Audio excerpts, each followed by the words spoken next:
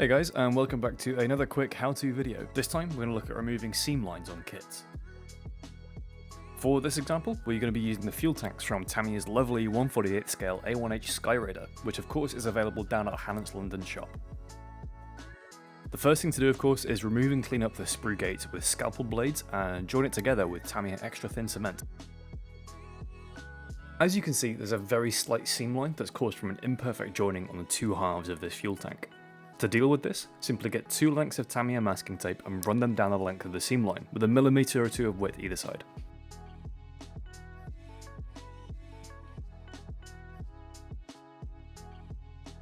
Once this is done, we're going to get thin superglue and run it along the channel we've just made along the seam. It's much easier to do this step with special thinned down superglue to prevent an excess of build-up on the plastic. This, along with different bottle sizes and thicknesses, can all be bought down at the Hannants London shop.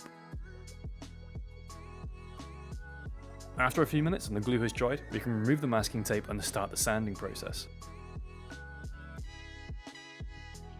For this process, I always use sanding sticks from Ammo's 8567 pack. These are perfect for seam lines as they start off at 120 grit and go all the way up to 1500 polishing pads.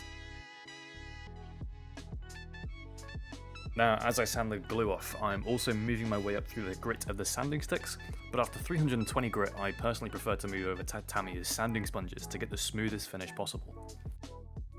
These are absolutely essential for any modeler who wants to get the best finishes out of their kits.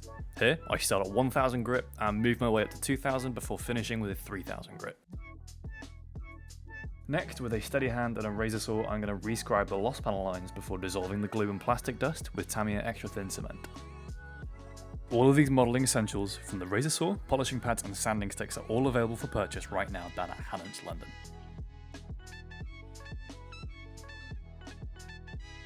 Now we can finally put down some Mr. Surfacer at 1500 black.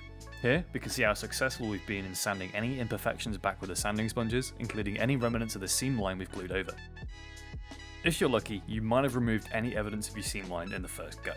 However, I want this kit to be a little tidier, so I'll repeat the process to remove any evidence of seam lines.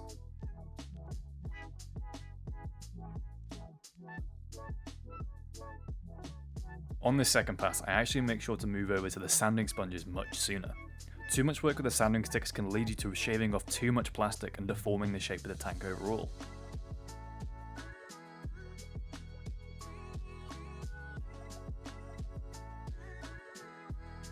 Now, with the second pass of Mr. Surfacer 1500 going down, you can see that the seam line is pretty much gone. All that's left for you to do now is remove the other seam line with the same method, finish priming, and finish off painting your kit.